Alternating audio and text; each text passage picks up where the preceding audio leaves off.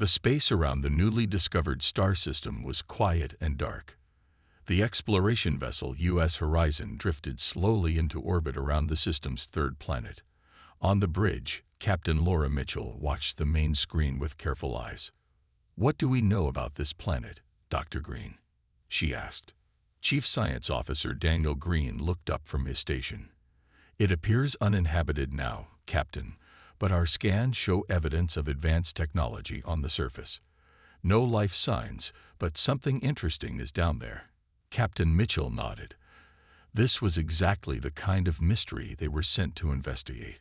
"Any signals?" As if answering her question, the communications panel lit up.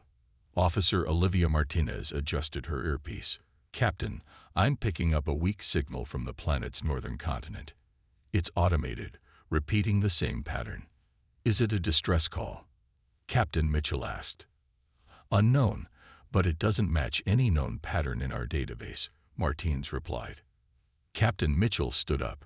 "Prepare a shuttle. We need to check this out." 4 hours later, a small team including Captain Mitchell, Dr. Green, Medical Officer Samantha Wright, and Security Chief Kevin Rodriguez landed their shuttle on the planet's surface. They wore protective suits as they stepped out onto the dusty ground. "The signal is coming from that structure," Dr. Green said, pointing to a half-buried building made of a strange, shimmering material that seemed to change color as they approached. The entrance was partially open, as if someone had left in a hurry. Chief Rodriguez went first, weapon ready.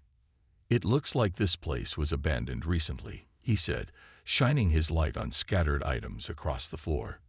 They left quickly. The team moved deeper into the structure. The air inside was breathable but stale. Dr. Wright took samples while they explored room after room of strange technology. "This was some kind of research station," Dr. Green said, examining symbols on a wall. "But I can't tell what they were studying." They reached a sealed door at the end of a long hallway. It took them nearly an hour to figure out how to open it. When they did, cold air rushed out. "It's some kind of preservation chamber," Dr. Wright said as they entered. The room was filled with pods, all empty except for one at the center. Inside was a small figure. "Is that a child?" Captain Mitchell asked, moving closer. The creature was about the size of a human 6-year-old. Its skin was pale blue with patches that glowed softly. It had 4 slender arms, a large head with no visible ears, and huge eyes that were closed as if sleeping. Dr. Wright checked the pod systems through her tablet. "This is a stasis unit, and it's failing. Life support is down to 18% power." Dr. Green studied markings on the wall. "Based on what I can translate, this appears to be a luminary child. I've read theories about this species, but they were thought to be extinct." "Why would they leave one of their children behind?" Officer Rodriguez asked. Dr. Wright shook her head. "The pod has logs. From what I can tell, this outpost was evacuated 3 months ago. They took everyone except this child." "Why?" Captain Mitchell asked. Dr. Green studied more of the symbols. "It seems there was some kind of threat. They had to leave quickly and decided this child wasn't worth saving." Captain Mitchell's face hardened. "Can we safely remove the child from stasis?" Dr. Wright ran more scans. "Yes, but we'll need to be careful. Its biology is different from ours. I'll need time to prepare." "Do it," Captain Mitchell ordered. "We're not leaving this child behind." As they worked, the child's eyes suddenly opened. They were deep purple, with no pupils. The team froze.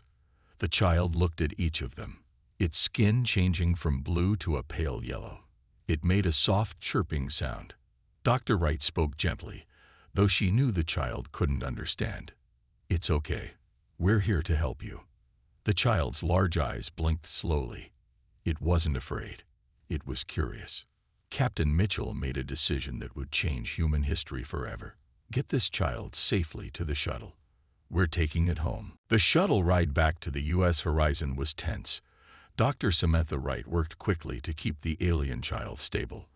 The small being watched everything with large purple eyes that seemed to take in every detail. Its vital signs are unlike anything I've ever seen, Dr. Wright said, checking her medical scanner. Heart rate is triple that of a human child, but it seems normal for this species. Captain Mitchell looked over her shoulder at the child. Can you tell if it's a boy or girl? Their biology is different from ours. I can't tell yet, Dr. Wright answered. The child's skin glowed brighter blue when Dr. Wright spoke, and it made a series of clicking sounds in response. I think it's trying to communicate, said Daniel Green. He pulled out a small device. This is a universal translator, but it needs sample data to work. Keep talking to it. Kevin Rodriguez knelt down beside the child. Hello there, little one. You're safe now. The child tilted its head, and the glow on its skin turned a soft pink. It reached out one of its 4 hands toward Rodriguez's face. I think it wants to touch you, Dr. Wright said. Their species might communicate through touch. Rodriguez removed his glove and carefully allowed the child to place its small hand on his. The moment they touched, the child's skin flashed bright yellow. Whoa! Rodriguez pulled back his hand in surprise. It didn't hurt, but I felt a tingle. Let me try, said Dr. Wright. She held out her hand, and the child touched it gently. This time, everyone watched closely as the child's skin pulsed with light. I think the colors are emotions, Green suggested. Yellow might be excitement or surprise. When they docked with the U.S. Horizon, the ship's crew gathered to see the alien child. Many had never seen a non-human intelligent species before. The child seemed overwhelmed by the attention, its skin turning a deep purple. Back to your stations, Captain Mitchell ordered. Dr. Wright, take our guest to the medical bay. In the medical bay, Dr. Wright ran tests while Engineer Paul Harrison set up a communication system. Harrison was good with languages and patterns. He created simple pictures on a screen and pointed to them while saying the words. Water, Harrison said, showing a picture of water. He repeated this with food, sleep, and other basic concepts. The child watched carefully and began to imitate some sounds. After an hour, it pointed to the water picture and made a sound close to water. It's learning, Harrison said excitedly. The child pointed to itself and made a musical sound like Lumina. Lumina, Harrison repeated. Is that your name? The child's skin glowed bright gold, and it nodded, a gesture it must have picked up from watching the humans. Luma, the child said, simplifying its name for the humans. Dr. Wright entered the new information in her log. Lumi it is. Now we need to figure out what Lumi needs to stay healthy. Food was the first challenge. Lumi wouldn't eat human food. Dr. Wright analyzed the contents of a small package found in Lumi's stasis pod. It contained nutrient blocks that glowed like Lumi's skin. The nutrients are similar to what we have, but the molecules are arranged differently, she explained to Captain Mitchell. We can synthesize something similar in our lab. Captain Mitchell nodded. Do whatever is necessary. In the meantime, we need to decide our next steps. The right thing would be to find Lumi's people, Rodriguez suggested. Captain Mitchell looked troubled. Based on the logs we recovered, they left Lumi behind on purpose. They might not want the child back. Then what do we do? Asked Dr. Wright. We protect Lumi until we can find a better solution, Captain Mitchell said firmly. I'm not turning this child over to people who abandoned it. That night, as the U.S. Horizon continued its mission, Lumi slept in a special room next to the medical bay. The small alien child curled up with a blanket, skin glowing a peaceful blue. On the wall, Harrison had put up simple pictures to help Lumi communicate needs. Before sleeping, Lumi touched the picture of the U.S. Horizon and then placed a hand over its heart. The message was clear even without words. Lumi felt safe here, with the humans who had chosen not to leave it behind. 2 weeks had passed since Lumi joined the crew of the U.S. Horizon.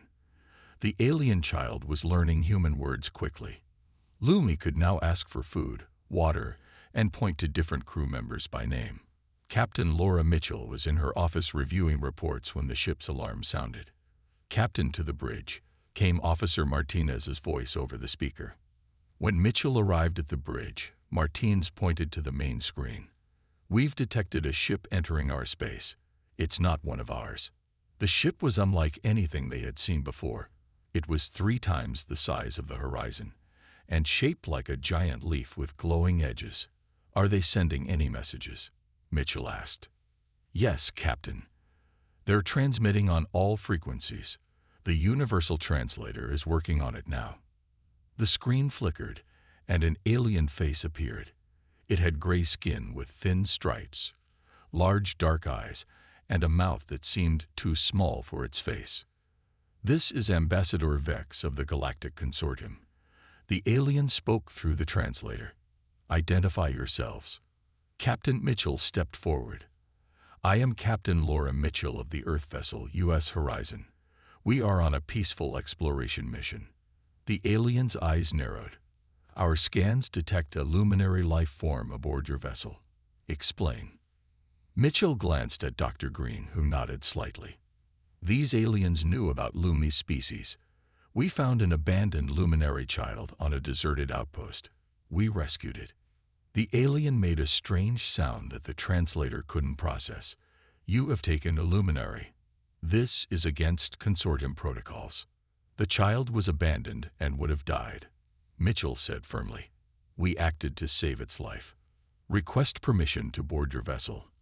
Ambassador Vex said, "We must discuss this matter." Mitchell didn't fully trust these aliens, but she needed information about Lumi's people. Permission granted. A small delegation only. An hour later, Ambassador Vex and 2 other aliens sat in the Horizon's conference room. They wore flowing robes with symbols that glowed like Lumi's skin, but none of them had the same features as Lumi. "Where are Lumi's people?" Dr. Wright asked. "We want to return the child to its family." Ambassador Vex made a dismissive gesture with his long fingers. "The luminary homeworld was destroyed centuries ago. The survivors became nomads, but their numbers have dwindled. They are considered an evolutionary dead end." "A what?" Captain Mitchell asked, her voice sharp. "A species that cannot sustain itself. The few remaining luminary are maintained in biological preservation centers. They are studied, but not allowed to reproduce." Dr. Green leaned forward. "Are you saying they're kept as specimens?" "It is the humane approach," Vex said. "Their genetic diversity is too low for a viable population. Most spacefaring species agreed to this solution." "And the child we found?" Wright asked. "It was likely deemed unfit even for preservation. The luminary caretakers sometimes make these decisions." Captain Mitchell's face showed her anger. "The child is intelligent and healthy. There was no reason to abandon it." Ambassador Vex looked at Mitchell as if she were a child herself. "Humans are new to interstellar society. You don't understand the complex decisions required for species management." "We understand abandoning children is wrong," Rodriguez said from his position by the door. Vex stood up. "We request you turn over the luminary specimen to us. We have proper facilities for its kind." "The child has a name," Mitchell said. "Lumi. And Lumi will remain under our protection until we can ensure proper care." "This is highly irregular," Vex said. "The Consortium has protocols for dealing with remnant species." "On our ship, we follow our protocols," Mitchell replied. "And we don't classify intelligent beings as remnant species or specimens." The tension in the room was broken when the door opened. Lumi walked in, followed by Engineer Harrison, who looked apologetic. "Sorry, Captain." Lumi insisted on coming when it heard visitors were here. Lumi's skin turned a deep gold color when it saw the aliens. The child moved closer to Captain Mitchell and held her hand. Ambassador Vex watched the interaction with obvious distaste. "You've allowed it to bond with you. This will complicate things." "Lumi stays with us," Mitchell said, putting her hand protectively on the child's shoulder. "That's final." Vex stood up. "We will report this to the Consortium Council. Expect further communication." With that, the 3 aliens left. Mitchell looked down at Lumi, whose skin had turned a worried shade of blue. "It's okay, Lumi. You're staying with us." After the meeting with Ambassador Vex, Captain Mitchell called an emergency meeting with her senior officers. "We need to return to Earth," she said. "This situation is beyond our mission parameters." Dr. Green nodded in agreement. "The consortium seems powerful. We should let Earth officials handle this diplomatic issue." "What about Luma?" Dr. Wright asked. "The consortium wants to treat the child like a lab specimen." Captain Mitchell's face was serious. "That's why we need to get back to Earth quickly. I won't hand Lumi over to them." Engineer Harrison spoke up. "Captain, the fastest route home would take us through consortium space. After today's meeting, they might try to stop us. Then we find another way," Mitchell said firmly. That night, as the U.S. Horizon changed course for Earth, Dr. Wright and biologist Eric Daniels were in the lab studying Lumi's DNA samples. "This is amazing," Daniels said, looking at the screen. "Lumi's cells have regenerative properties far beyond anything we've seen. They adapt to environmental changes almost instantly." Dr. Wright nodded. "That might explain why the luminary survived after their homeworld was destroyed. They can physically adapt to new environments." "But why would the consortium consider them a dead-end species?" Daniels wondered. "Maybe it's not about biology," Wright suggested. "Maybe it's political." In another part of the ship, Lumi was with Olivia Martinez in the communications room. Martinez had been teaching Lumi more English words using pictures and simple games. "Home," Martinez said, pointing to a picture of Earth. "Home," Lumi repeated. Then Lumi pointed to the stars on the screen. "My home gone." Martinez felt sad. "Yes, but you have a new home now. With us." Lumi's skin glowed a warm orange color. "Humans nice. Others." The child's skin darkened to a deep blue. "Others think luminary not worth saving." Martinez was surprised by how much Lumi understood. "That's not true. You are worth saving, Lumi." "Why humans help?" Lumi asked. Martinez thought for a moment. "Because every life matters to us. It's what makes us human." Lumi seemed to think about this answer. "I want to be human too." "You're perfect as a luminary," Martinez said with a smile. 3 days later, the U.S. Horizon was traveling through a remote sector of space. Captain Mitchell thought they had avoided consortium territory, but she was wrong. "Captain, 2 ships approaching fast from behind us," Rodriguez reported from his security station. The main screen showed 2 leaf-shaped vessels, similar to Ambassador Vex's ship, but smaller and faster. "They're hailing us," Martinez said. The screen flickered, and a different alien appeared. This one had the same gray skin but with blue markings. "Human vessel. This is Commander Zex of the Consortium Security Fleet. You are carrying a luminary specimen that must be transferred to proper authorities. Prepare to be boarded." Captain Mitchell stood up. "This is Captain Mitchell. We are in unclaimed space heading to our homeworld. We have no obligation to surrender anyone on this ship." "The luminary are under consortium protection," Commander Zex insisted.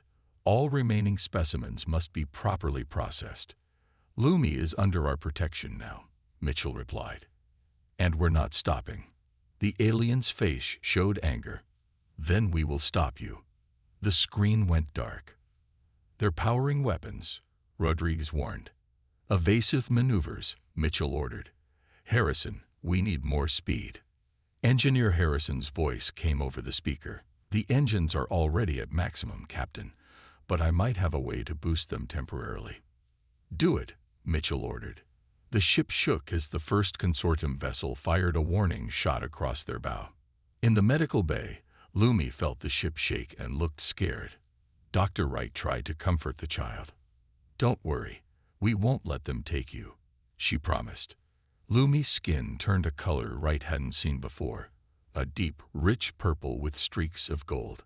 The child placed all 4 hands on the wall of the ship. "Lumi, help," the child said. Suddenly, the lights in the medical bay flickered. Throughout the ship, power readings surged. On the bridge, Harrison's surprised voice came over the comm. "Captain, we just got a 30% boost to our engines. I don't know how." Mitchell looked at the pursuing ships on the screen. The horizon was now pulling away from them rapidly. "Whatever's happening, keep it going," she ordered. "Set course for Earth, maximum speed." The U.S. horizon shot forward, leaving the consortium ships behind. Somewhere on the ship, a small alien child was using abilities no one knew it had, helping the humans who had chosen to help when everyone else had turned away. The U.S. horizon reached Earth 2 weeks later. News of their arrival with an alien child spread quickly. Government officials, scientists, and media all wanted to see Lumi. Captain Mitchell stood in a large meeting room at Space Command Headquarters. Behind her sat her senior officers. Dr. Wright held Lumi's hand to keep the child calm. Lumi wore specially made clothes that allowed all 4 arms to move freely. Across the table sat 5 Earth officials. The head of the table was Admiral John Peterson. His face was serious as he reviewed the mission reports. "Let me understand this clearly," Admiral Peterson said. "You found this alien child abandoned, rescued it, and now an alien group called the Galactic Consortium wants us to hand it over." "Yes, sir," Captain Mitchell replied. "They consider Lumi's species a failed evolutionary branch that should be preserved but not allowed to continue naturally." Dr. Wright spoke up. "Admiral, the Luminary have incredible biological abilities. Their cells can adapt to new environments rapidly. Lumi even helped our ship escape by somehow boosting our engine power." One of the officials, a woman in a dark suit, leaned forward. "Are you suggesting this child has some kind of special power?" Before anyone could answer, the door opened. A group of 3 aliens entered, led by Ambassador Vex. 2 human security officers followed them.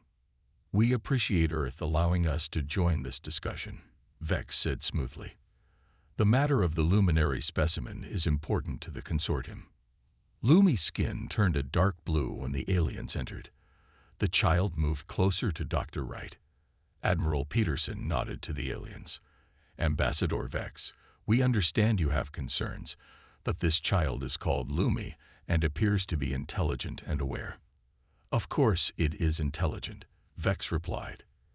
"The Luminary were once a great species, but now fewer than 500 remain across the galaxy.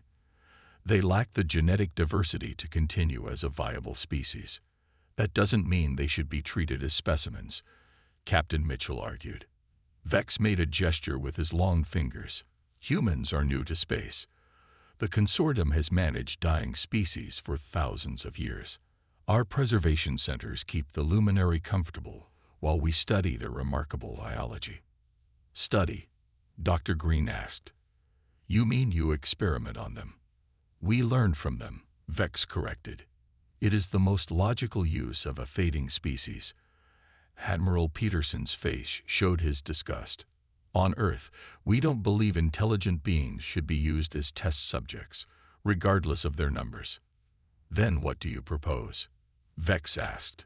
"This single child cannot restart its species." Everyone was surprised when Lumi stood up. The child had been practicing English every day and now spoke carefully. "I not last," Lumi said. "More luminary. Hidden." The room went silent. Even Ambassador Vex seemed shocked. "What do you mean, Luma?" Dr. Wright asked gently. Lumi's skin glowed with patterns that seemed to form images. "Luminary hide from consortium. Not trust. They take our children for study. Never return." Vex stood up angrily. "This is nonsense." The child is confused. Lumi looked directly at Vex, unafraid now. "Not confused. Remember, I was left for consortium to find. My family escape. Plan was I go to preservation center, learn what happens to missing children." "You were bait?" Captain Mitchell asked, horrified. "Yes," Lumi said, "but humans found me instead." Admiral Peterson turned to Vex. "Is this true? Have you been taking luminary children?" "Or research only?" Vex said defensively. "Their biological adaptability could benefit many species. One of the Earth officials stood up. This changes everything. If what Lumi says is true, the consortium has been harvesting an intelligent species for experiments. Vex's voice turned cold. Earth has no standing in consortium matters. If you refuse to return the luminary, there will be consequences. Admiral Peterson matched the alien's cold tone. Ambassador, I suggest you leave now. Earth will be considering its response to this information. After the aliens left, the room buzzed with urgent conversations. Admiral Peterson addressed Lumi directly. Lumi, are there really more of your people hiding somewhere? Lumi nodded. Yes. Many. Waiting. Safe place, far from consortium. And they sent you to find out what was happening to their missing children. Yes. Lumi said. I volunteer. Young enough to be wanted for study. Old enough to remember mission. Captain Mitchell looked at the brave alien child with new respect.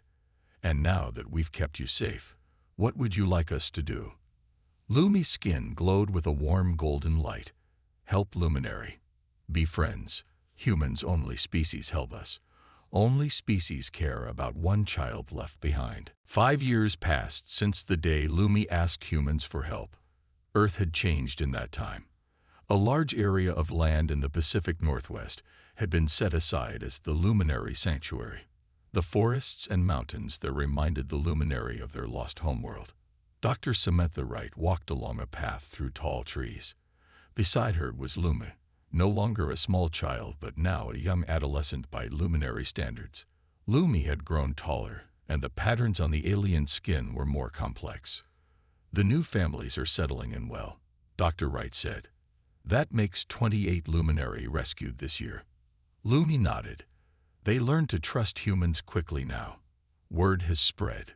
After Earth refused to hand Lumi over to the consortium, relations had been tense. But Earth had found allies. Other smaller species who felt bullied by the consortium began to reach out. With their help, humans had located hidden groups of luminary across the galaxy. Captain Mitchell's team found another preservation center, Dr. Wright said. They freed 12 luminary children being used for experiments. Lumi's skin flashed dark red, showing anger. The consortium still claims they help us by studying us. They reached a clearing where a group of luminary children played with human children from the nearby town. The human children had gotten used to their four-armed friends with glowing skin. To them, the differences were fascinating, not frightening. How is your research going? Lumi asked. Dr. Wright had married Engineer Harrison after they returned to Earth. They had adopted Lumi and 3 other luminary children who had no families left. We've made progress on increasing genetic diversity, Dr. Wright said. Your people's ability to adapt works on the genetic level too. We think we can help rebuild the luminary population. A small shuttle flew overhead, landing at the center of the sanctuary.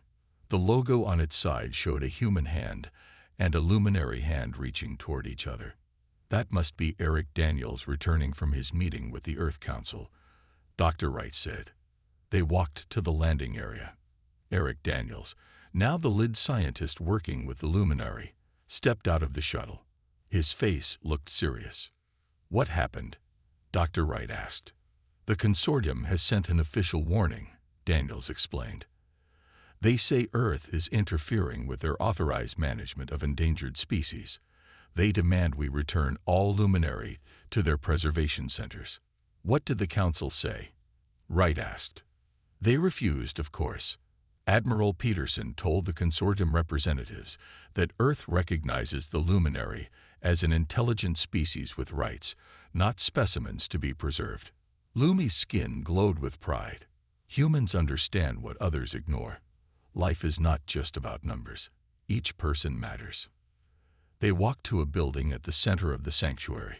Inside, dozens of scientists, both human and luminary, worked together. Large screens showed maps of the galaxy with marked locations. We've confirmed another hidden luminary settlement here, a scientist said, pointing to a spot far from consortium space. They've survived on their own for over a century. Lumi studied the map. My parents might be there. They escaped before I was left behind. Dr. Wright put her hand on Lumi's shoulder. We'll find them, I promise. Another scientist called out from across the room. We've decoded more of the luminary genetic structure. Their adaptive abilities aren't natural evolution. They were engineered. Everyone turned to look at her. What do you mean, engineered? Daniels asked. Someone modified luminary genetics thousands of years ago, she explained. They were given these abilities on purpose. Lumi's skin showed patterns of surprise. Who would do this? And why? We're still working on that, the scientist said. But it might explain why the consortium is so interested in luminary biology. Later that evening, Lumi sat with the Wright-Harrison family for dinner. Their home at the edge of the sanctuary had a view of mountains and forest. The three adopted luminary siblings were telling stories about their day at school. Dr. Wright watched Lumi, who seemed lost in thought. What are you thinking about? I am thinking about choices, Lumi said. The consortium chose to see us as specimens. Humans chose to see us as people. Small choices change everything. Harrison nodded. That's very wise, Lumi. One more thing, Lumi said, skin glowing with excitement. I received a message today from Captain Mitchell. She found more evidence about who changed our genetics. She's coming here tomorrow to tell us everything. Captain Laura Mitchell, now Admiral Mitchell, stood before a large group gathered at the Luminary Sanctuary. 10 years had passed since Lumi was first found abandoned on that distant planet. The small meeting room was filled with humans and Luminary. At the front row sat Dr. Wright, Engineer Harrison, and their adopted children, including Luma, now a young adult. Thank you all for coming, Admiral Mitchell began. What I'm about to share will change how we understand the luminary story. She pressed a button, and a large screen showed star maps and ancient symbols. 6 months ago, we found an abandoned consortium research station. Inside were records dating back thousands of years. The truth was hidden there, buried in their own files. The room was silent as everyone listened closely.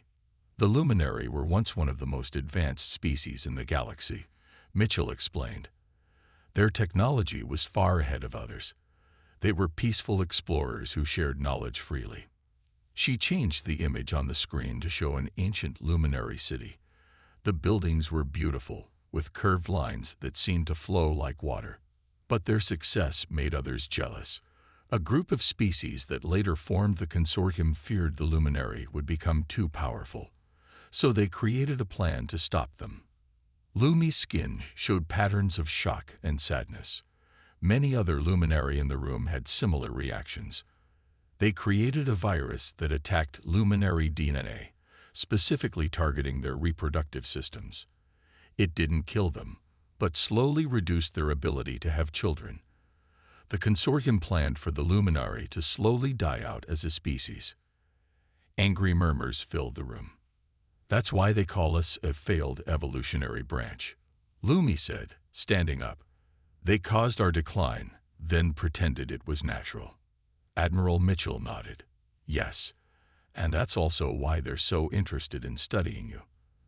The luminary developed those amazing adaptive abilities as a response to the virus. Your bodies began to evolve rapidly to fight back. The consortium has been studying you to understand how you did it. Dr. Wright looked thoughtful. So the genetic engineering we found was your own species' attempt to save itself, Mitchell finished. The luminary modified their own genetics as a survival mechanism, but they were scattered and hunted. They couldn't complete the work. Until now, said Eric Daniels, standing up. Using what we've learned from the luminary here and the information Admiral Mitchell found, we've developed a treatment. It can reverse the damage done by the consortium virus. Hope filled the room. The luminary's skin glowed with bright colors of excitement. We've tested it on volunteers, Daniels continued. It works. The luminary can have children normally again. Their population can grow. Cheers erupted from everyone present. Lumi hugged Dr. Wright and Harrison, skin glowing gold with joy. Admiral Mitchell raised her hand for quiet. There's more. 2 days ago, Our deep space mission found the largest hidden luminary settlement yet. Over 2,000 luminary living on a remote planet. Lumi stepped forward, skin flickering with nervous patterns. My parents. Any news? Admiral Mitchell smiled. Yes, Lumi. We found them. They're alive and will arrive here next week. Tears formed in Lumi's large eyes. The patterns on the young luminary's skin formed shapes that looked like hearts and stars. Later that day, Lumi stood with Dr. Wright and Harrison on a hill overlooking the sanctuary. Below, human and luminary children played together. Scientists from both species worked side by side in the labs. New homes were being built for the arriving luminary. 10 years ago, I was alone, abandoned, meant to die, Lumi said quietly. One human choice changed everything. What choice was that? Harrison asked. When Captain Mitchell said, "We're not leaving this child behind," Lumi answered, "One simple choice." Dr. Wright smiled. That's what humans do at our best. We choose compassion. The consortium still doesn't understand, Lumi said. They called us to a meeting last month. They said helping us was not logical because we were too few to matter. What did you tell them? Harrison asked. I told them humans taught me something important, Lumi replied. Numbers never determine worth. One child matters. One species matters. One choice matters. In the distance, a new ship landed, bringing more rescued luminary to their sanctuary. Its name was visible on the side. U.S. Compassion. The consortium thinks power comes from control, Lumi said, watching the ship. Humans showed me real power comes from helping others. From saying you are not alone, to even one abandoned child. The sun began to set, casting golden light across the sanctuary. Human and luminary alike looked to the stars, no longer divided by species, but united by something stronger. The simple choice to care about each life, no matter how small or different it might be.